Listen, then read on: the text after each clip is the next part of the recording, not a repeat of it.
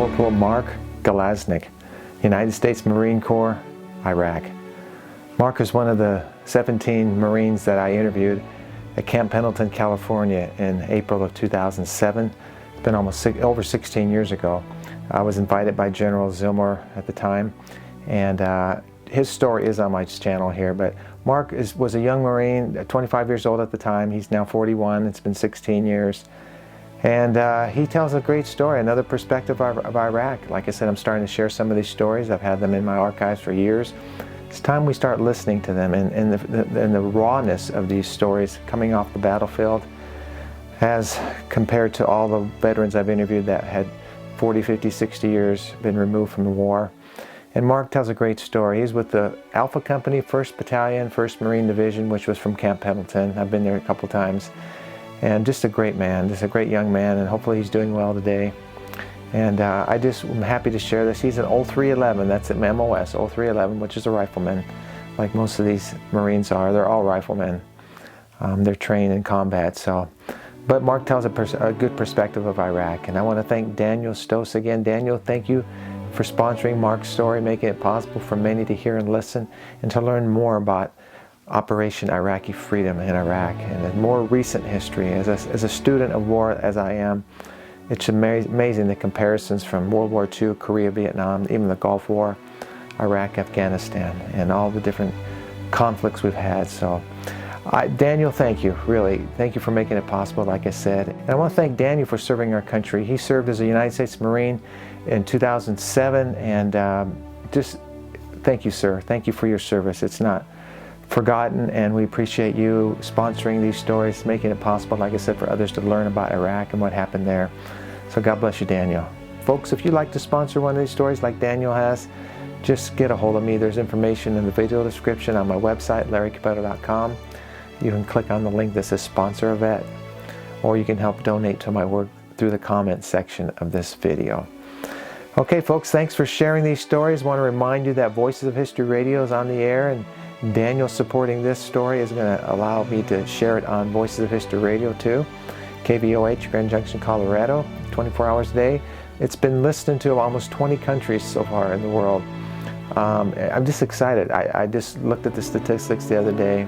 And the United States and the UK are the two most listened areas for my radio station, but other parts of the world. So get involved with that. It's a great ministry, a great project, great compliment to this channel. So again, thanks for watching. Thanks for subscribing and listening. Talk to you soon.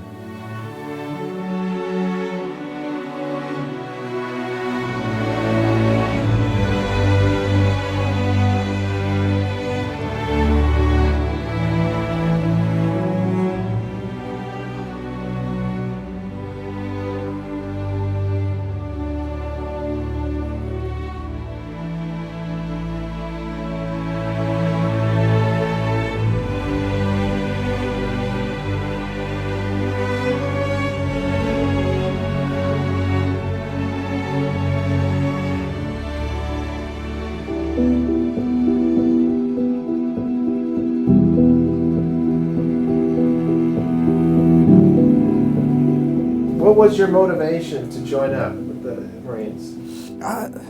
I've pretty much always wanted to do something like that. I mean, every kid pretty much plays with little toy soldiers or whatever, and you know, and back home, I'm from Alabama, we have like the Army, Navy, and Marine Corps. I mean, all the recruiters in the same building, they're all right there. So I just systematically walk one to the next. And Marines is the one that just, I don't know, it's just there's a certain level of prestige that the American, I think, populace has on it. So it's like, well, I mean, I've got to at least try. I mean, worst that can happen is, you know, they don't have me or whatever, but things seem to work out, so. How old are you good. now? I'm 25. So you're 23 when you went through basic training? Yes, sir. Pretty good, yeah.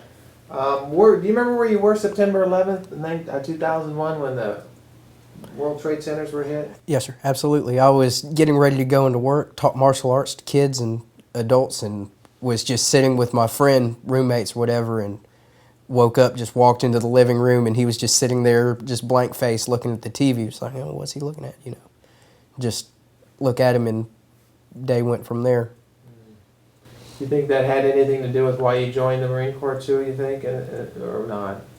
Well, absolutely. I mean, who doesn't want to do their part? I mean, this is something that I felt like I could do, and I think there are definitely other Americans that are doing different things that are equally as valuable, and they're certainly serving their part too. But yeah, I mean, sure.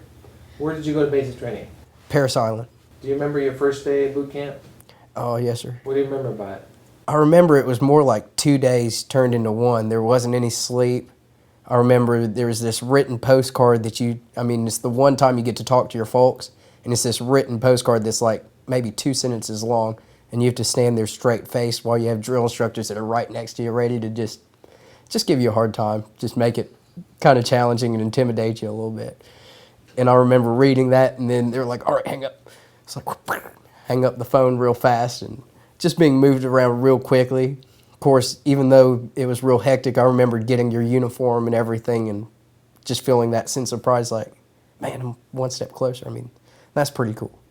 Were you prepared for basic training, mentally or physically? Or No, sir. just Not at all. into it, huh? It was good, though. I've always been into being physical. I mean, doing things, working out. Told you about doing martial arts, childhood or whatever. That helped probably a little bit. Mentally, it's totally different.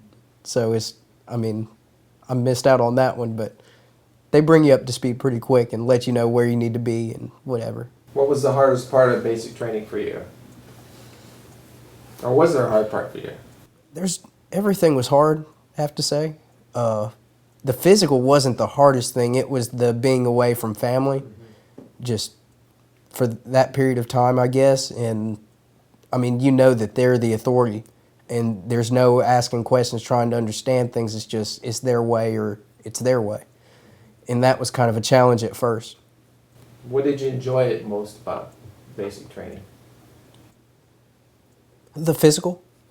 I didn't do the best at it. I'm not going to say that I did, but at the same time, I really enjoy working out and trying to stay in shape, and that's probably one of the biggest pushes that got me in, next to a whole, different events. They teach you a lot about the history of the Marine Corps in boot camp. Oh, yes, sir. So if I said Iwo Jima, you know what I'm talking about. Yes, sir. Okay. So a lot of people today don't even know what I'm saying when I say that. So it's amazing, but the pride that you guys have, the tradition of the Marine Corps. What do you remember about graduation day?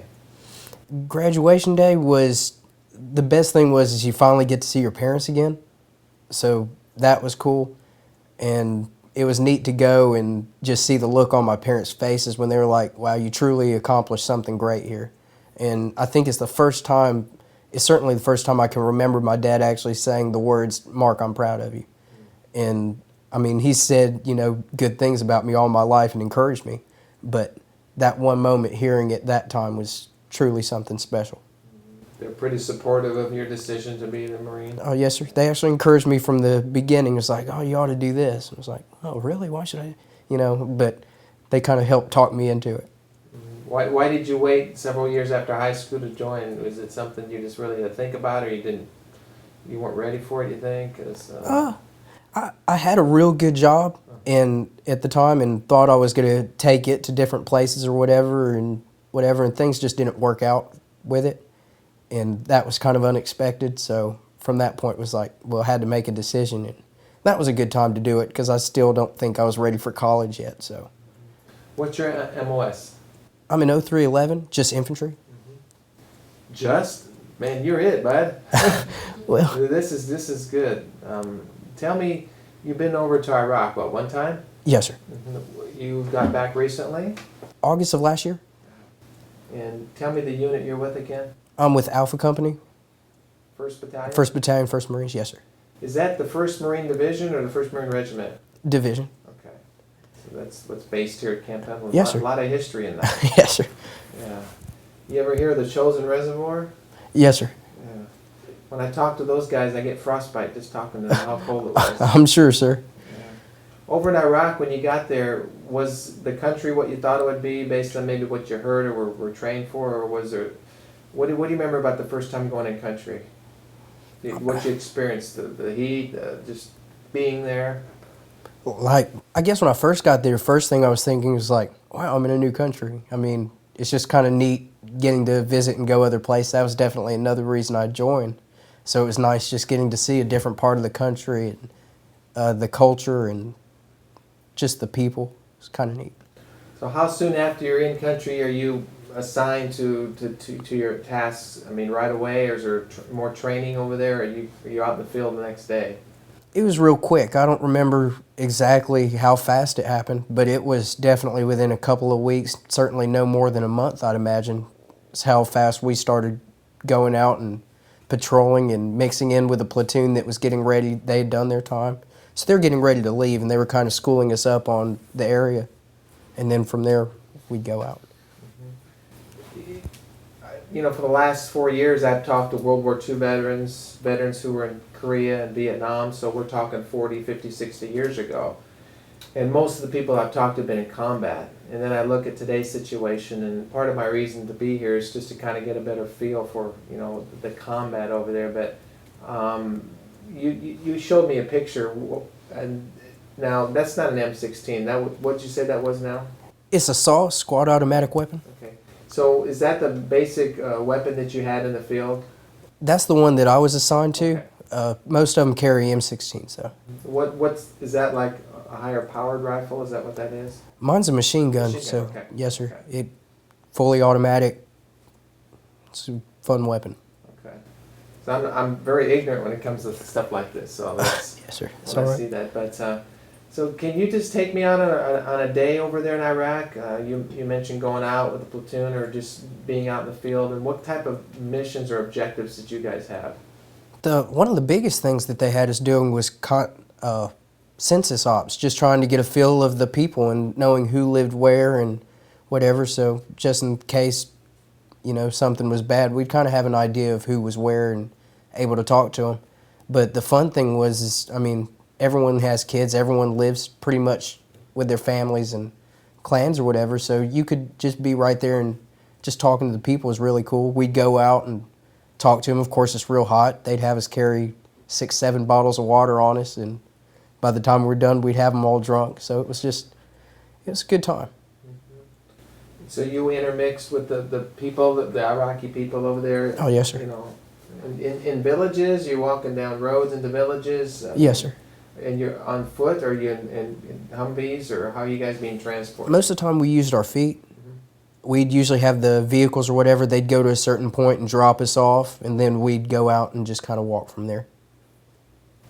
What about any engagements you had as far as the enemy firefights? I mean, was that common, sporadic? I mean, how often would that happen? I kind of wonder about my deployment if it's typical or not, because we were real blessed. I only saw it once and only fired 15 rounds, and that's all I did in 7 months as far as physical combat goes. And no one ended up having to get hurt or whatever. So it was, I mean, I don't know, God was right there. It was really good. And is that representative of your battalion too, or just the group you're with, or were there casualties in and around your battalion or your unit too, or not in the 7 months? I mean, people got hurt here and there, but I mean, it was nothing serious at all. I mean, everyone came back. Everyone we left with, everyone came back. It was really great. You know, I asked the last gentleman, actually the last two guys I've talked to, about some of the good things that happen in Iraq, because back here we hear a lot of the bad things.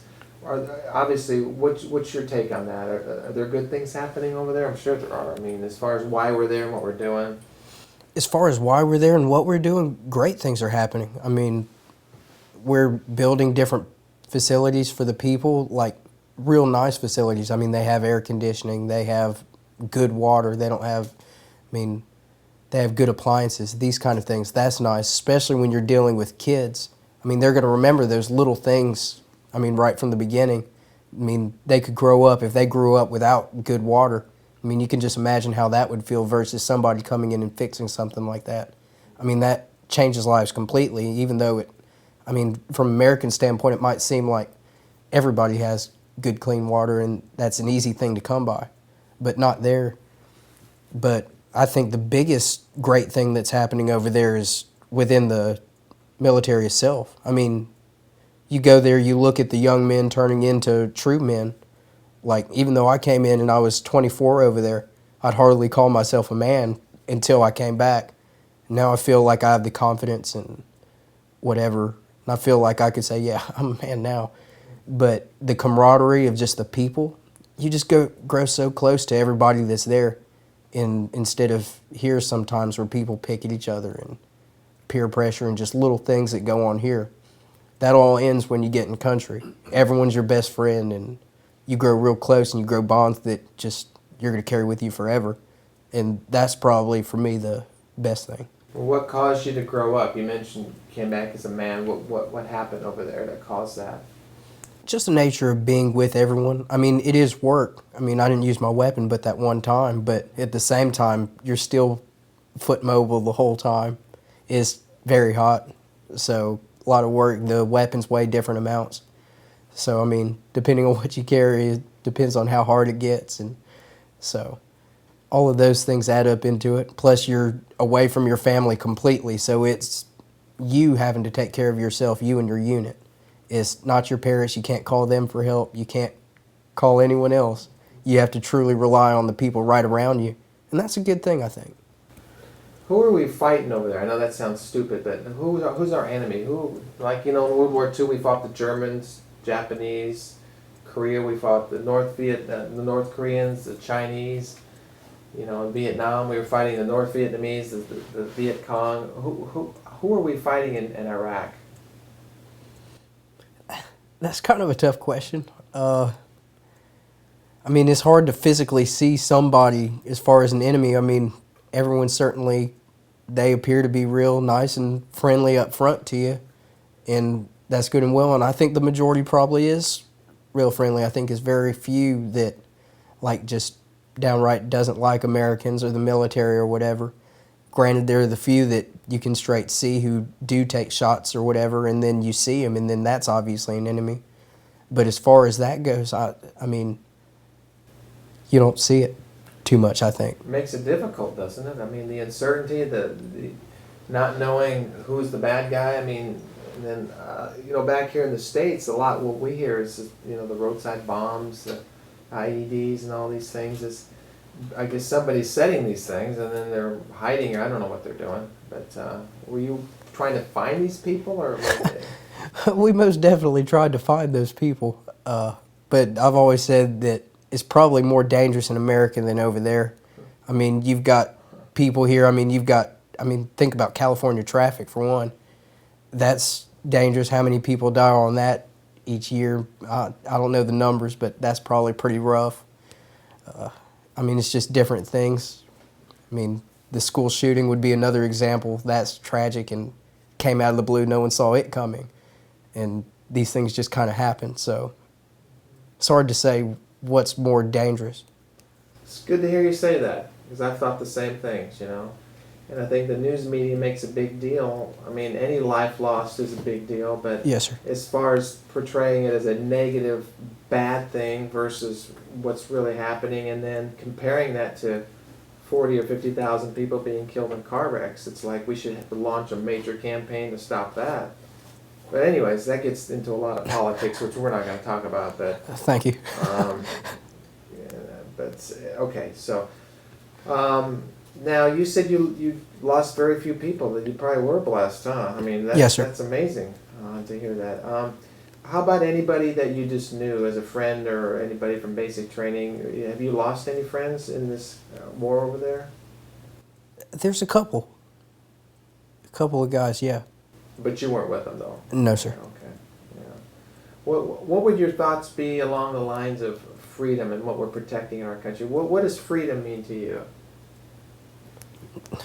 Freedom's, I guess, when you go over country or whatever and you realize that there's so many things that you don't have that you took for granted, able to just walk into the bathroom, press a button, and, whatever happens, that's a blessing. Being able to go to a Coke machine when you have a buck, buy a Coke or a soft drink, that's a nice blessing. Being able to call your parents daily would be a blessing. Being able to write to them if that was necessary, email. Those are certainly freedoms, having everyone right there. There's not a Taco Bell over there. I mean, it's just little things like that we all daily take for granted. Of course, the clothes we wear is huge. As well as I do, the military, we all wear the same thing. as cool as it is, it'd be nice to wear Abercrombie or whatever you choose to wear. I mean, that's definitely all nice things. Those are freedoms. How about the price for freedom? If you had to talk to a young person today who takes its freedoms for granted, doesn't really know a lot about the sacrifice of what's happening, I mean, what would you say to somebody about the price for freedom? I think most of them are probably out of ignorance if they take it for granted, because they just don't know. They've never done anything that's taken away their freedoms. When you've lost all your freedoms for just a brief period of time, then you start to realize what's truly important to you. And I think a lot of them is maybe just ignorance. So I just try to educate them and let them know maybe what's important. And that'd be like family. That's truly important. And what we're doing is protecting our freedoms. Would you agree? Oh, absolutely. I've heard someone say, I'd rather fight him over there than over here type. Oh, yes, sir. Yeah, you mentioned that school shooting briefly. You know, I thought about that when that happened. I thought, man, we're fighting a war in this country here. It's like with, you know, things like that happening, and this, it's amazing, huh? Yes, sir. You know, you're part of that. I mean, there's a lot of pride, I'm sure, in that as far as what you do. I won't ask you if you're going to go back when, but is there a chance that you might have to go back to Iraq? Oh, yes, sir. Is that a volunteer thing, or is it something your unit will have to just do? We're definitely doing it. I mean, we're an infantry unit, so it's inevitable, but I'd definitely volunteer. If I could go back now, I'd go back now. Can I ask you why you say that? Some of it's selfish reasons, I'll be honest with you. The pay is a lot better over there, and I've got things I've just got to pay off, so that would be a big one. But like I said, here you've got little things that cause lots of problems. Of course, gas prices cause problems. Taxes cause problems at times, and peer pressure, just the camaraderie over there. The most fun I've had in the military so far has been in Iraq, and it's just based on sheer camaraderie with, you know, my friends, fellow Marines. Are there downtimes over there? I mean, how do you guys unwind when you've had stressful moments? I mean, do you play ping pong? What do you guys do? We didn't have ping pong. We play cards, though. A lot of times you're pretty tired after walking, so a lot of us would sleep, so time would go by a lot faster than you might think. I mean, we say we're over there 7 months, but I mean, you can probably remember last Christmas and how fast that was. So, I mean, time truly does fly. So, I mean, not to detract from anything that the men are doing, because they're definitely doing great and wonderful things, but time goes by pretty quick, so it's not a big deal. So when you're out in the field with your weapons, do you have artillery support? Do you have Humvees, tanks? I mean, what's going down the road when you guys are walking out there? I mean, what type of support do you have with you? We saw some tanks and some different armored vehicles and stuff, but, I mean, we were pretty much walking. I'm sure we had everything readily available if we needed it. Are you always on the watch? Are you in a platoon? Are you in a line? You know, how are you guys? I mean, is there order? I'm sure there is. But Yes, sir. Give me a picture of what it would look like if I saw you guys coming down the street. You'd probably see, well, there'd certainly be a leader, so there'd be someone in the front. Like a point man? Oh, yes, sir. And then there'd be maybe sets of people right behind them, usually in sets of 4 or so. And then there's someone trailing the end, just to kind of watch our backs or whatever. But everyone's looking different directions, so everyone's watching everybody. Is a platoon of men? Is that what this? Either a platoon or squad. I mean, it can be all the squads or one squad. Sometimes a fire team. It varied on where we were going, what we were trying to do at that time. Now, are you a squad leader? Oh, no, sir. Mm-hmm. Would a corporal be a squad leader in a situation like that, or is that a higher rank, or just? Sometimes. I'm sure corporals can certainly do that, and sergeants. I think sometimes lances are qualified for it, but I don't know. Do you want to be squad leader? I'd love the chance. I asked you about freedom. Along the same lines of that, when I think of a Marine, what does the American flag mean and represent to you? I guess it represents the country that I'm fighting for, and it's the place that I was raised and born, and I mean, taught the values that I was taught and principles. Those are certainly important. And then I think of all those and then think of family again. And and then think of friends, and then think of just different liberties that we have. Of course, we have, right to believe in what God we want. That's certainly a blessing too. So all of those things together when I see the flag is nice. And then when it flies, you know that you're a part of that special group that's like sole protector of that. So that's definitely cool. When you're over in country, you think the men you're with, the Marines, the camaraderie, do you think, are you guys conscious of what you're fighting for? I mean, God in country, or do you think maybe sometimes it's just a matter of survival when you're in a combat situation? Probably so, and that's regardless of any survival situation, probably. I mean, if you were at the bottom of the ocean and your tank ran out of air or something, you're probably thinking about how am I going to get to the surface, and that's it. So, I mean, if things do get really bad over there and you're thinking about just surviving, maybe you're dehydrated because it's just so hot over there. Maybe all you're thinking about is getting some water. I don't know. But, yeah, maybe at times. How about as a young man or as a young person, do you ever feel invincible maybe, and then if the bullets start flying, you didn't have a lot of combat, you said, but I mean, is there an invincibility with a young person, like nothing can happen to me type attitude? I don't think any more different than here in the States. You look at the young people here doing the things that they do, and they think they're invincible, and immediately drugs pops in my head. It's like they think they can do anything at whatever age and that it's okay. Had a friend just the other day said, hey, I'm drinking and I'm going to do this. And it's like, you shouldn't do that because accidents do happen. It's like, well, no, not to me. Well, they do, and it did to that person. So, I mean, no one's invincible. As far as these bombs, these roadside bombs and Okay. stuff, I mean, are there methods, do we have minesweepers that would go in front of you guys to make sure that the path is clear? What is used to do that? What do you have, Humvees, or what do you guys send for it? They have all kind of little machinery. I don't even know what they're all called, to be honest with you, but they have stuff that block out radio transmitter signals or whatever if they use cell phones or pagers to get to them or whatever. I don't know if there's anything necessary about, like, if there's like there's a visible wire. If there's a visible wire there, I don't think there's anything to block that out so much. But, I mean, there's usually people that have to press a button.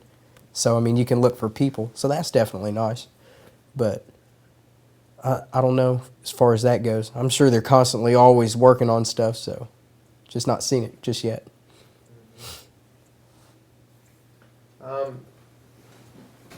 What do you think the American people, Mark, should know about what's going on over there right now? They should be proud just to know that they have people that are over there that are trying to make a difference. I mean, that's it. There's nothing more. I think, sure, there are lives being lost. I think they need to know about that, and they need to respect and honor those people because they lost their lives trying to do something that was good. And, sometimes it may not seem like things are going the right way and people are losing their lives, and that's bad, but I think as long as the individual was fighting for the right reasons, that's what more could you ask for? That they did something and got to lose their life doing something that they actually cared about and were passionate about. Anyone should want to die doing something that they care about and are passionate about. Are you guys hearing what the media says while you're over there, like CNN, or you guys got TV and all that stuff, or do you just block all that out? Not most of the time. We didn't get it last year because we were out actually in the field a lot of the time. But when we'd come back to the bases or whatever, we'd have it and we could listen. What do you guys eat? Just MREs, just boxes. You just open them up and they'd have different stuff in them most of the time. Is it, how about just water? Do you guys drink water? Do you have water? Just water. They'd usually have some sort of package you could put in it, like a Gatorade packet, just sugar or fruit drink mix or something like that. You could pour that and add it to your water. How much was the heat a factor, or the cold while you were there? The cold wasn't so much because you can always put more stuff on. But when you're in the heat, you have to wear certain gear. You got to wear your flak. You got to carry ammunition can't forget your weapon. Sometimes you got to have different things in your pack, usually tons of bottles of water or whatever. So heat's definitely a big deal. Did you train at 29 Palms? Yes, sir. What's this Mojave Viper? What's that? Did you go through that? We did. We're about to go right now, but I don't know. I keep hearing they keep changing it and everything keeps getting updated, so it'd be hard for me to say, well, we did this, but this is how it's going to be. It's just things are constantly evolving based on what's going on over there. As an infantryman on this base here, what's a daily routine for you here? Are you out firing a weapon? Or you got administrative things you do? What do you do? I'm curious. No, I understand. I'm a company clerk, so I'm still infantry, but I've been attached to the headquarters element of our group, and I kind of keep track of where everyone's at any given time. But the good part is I still get to do the infantry stuff. So sometimes we'll go out and we'll get to go to the field and practice with our weapons. Sometimes we'll stay here and we'll school up on different classes, maybe Iraq culture or just different things, making sure that things are in order. So when we go over there, we're kind of a little bit more aware of the culture of what's over there. I'm not political, don't get me wrong. No, but when that's okay. when I ask this, please, that's the farthest thing, but I think I mentioned it this morning to somebody about the Democrats trying to cut funding. I don't know what they're doing, but if they were to pull troops out next April, I mean, good idea, bad idea? I don't know. I'd have to say time will tell on that one. I just hope that the people that are higher ranked than me know better than I would and make the right decisions. It's interesting, isn't it? How history plays out and how things happen. It's fun to see. As far as your duties on base here, are the other men or women that have the same MOS, are they pretty much like what you're telling me? There's other responsibilities. You're not just Absolutely. firing rifles. No, Okay. absolutely. They're all trying to take care of each other. Granted, there's people, you mentioned squad leaders and team leaders. Squad leader would be ahead of the team leader, so squad leader kind of helps tell the team leader what needs to be done and help get him where he needs to be. And then the team leader passes that down to the other Marines. Do you have to get up at a certain time and report someplace at a certain time every morning? Oh, yes, sir. Do you live off base, or do you? No, I live in the barracks. But if somebody did, they'd have to allow that time to get back on base and all that. So is there a certain time you have to get up, or? I'm usually up about 5:30, but that's for me. I could be up at 6, and that'd be fine. Give me enough time. Formation's usually at 7. Oh, okay, that was the question. They don't blow reveille and say, get out of bed and that's all boot camp? Is that all days gone by? It depends. There's always a few that have a little trouble getting out of bed, so you have to kind of knock on their doors or give them a phone call real quick and encourage them to get up. But aside from that, no, there's not anything boot camp style about it. Do you have a favorite war movie? Not well, like Braveheart, but I wouldn't. That's good. It's not like this, but I'd say Braveheart, probably Gladiator. Those two are definitely in there. Sometimes I think about talking to you guys, I think about the old movies and this and that, and what war is really like, combat and, being a Marine, I didn't know if there'd be a particular movie that you like, but just that image, of being a U.S. Marine, there's a lot of pride in that, isn't there? Yes, sir. Yeah. That's something that's going to, I'm assuming, carry on through your whole life, so. Absolutely. If you weren't in the Marine Corps, what do you think you'd be doing? There's no telling. Yeah. I'm definitely thankful to be here. Some days more thankful than others, but thankful for it. Well, I think I am about done. How do you feel? You feel okay? Yes, sir. Okay, and there's anything maybe you left out you didn't tell me? No, you're welcome to ask, though.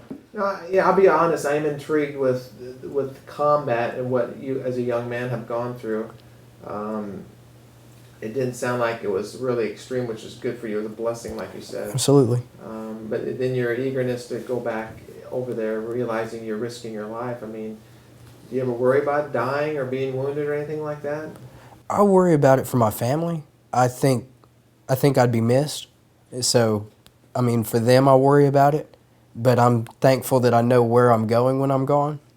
So, versus heaven and here, I mean, if God wants to take me and, it's my time to come and meet with Him and do my job in heaven, That'd be great. I'd be down for that. Do you think Marines go to heaven? It depends. I know the Southern Baptist what to tell you, but not going to do that. I know. I know Navy men don't go to heaven, so I'm just wondering. No, you know, what about the conversation in country or back here? I mean, do you guys talk about life and death, or is it just all fun stuff and get your minds off that? Definitely talk about it. I mean, it's just like I was saying about the Virginia Tech thing. I mean, we're mortal and we don't realize how quickly those things could happen. I mean, those guys didn't wake up expecting not to wake up or whatever. They had plans at the end of the day, whatever they were. And unfortunately, they came to an end. And that's how things are here with our guys. So any chance when conversation steers that way, it's like, hey, you know, and then you kind of talk to them about life, and that's a good thing. Are you guys trained well enough that you don't dwell on it, though? I mean, like, you don't sit around imagining what it'd be like to be shot or killed. I mean, you're focused on the training, and in a combat situation, you rely on that training. That's what gets you through it. It's training and then each other. I talked a little bit about the camaraderie a little bit. Yeah. That's the biggest thing. I would hate to know that something happened to the guy right next to me, regardless who they are, and if it was my fault that something happened. So that's really a big deal. It's not so much the enemy, I think. It's just caring about who's right here, because you know they're doing the same for you. So it's definitely mutual. Even if you didn't like the guy in a combat situation, you're going to watch out for him. Well, there's no one that you don't like. I mean, everyone picks at each other, but I can't think of anyone just truly dislike.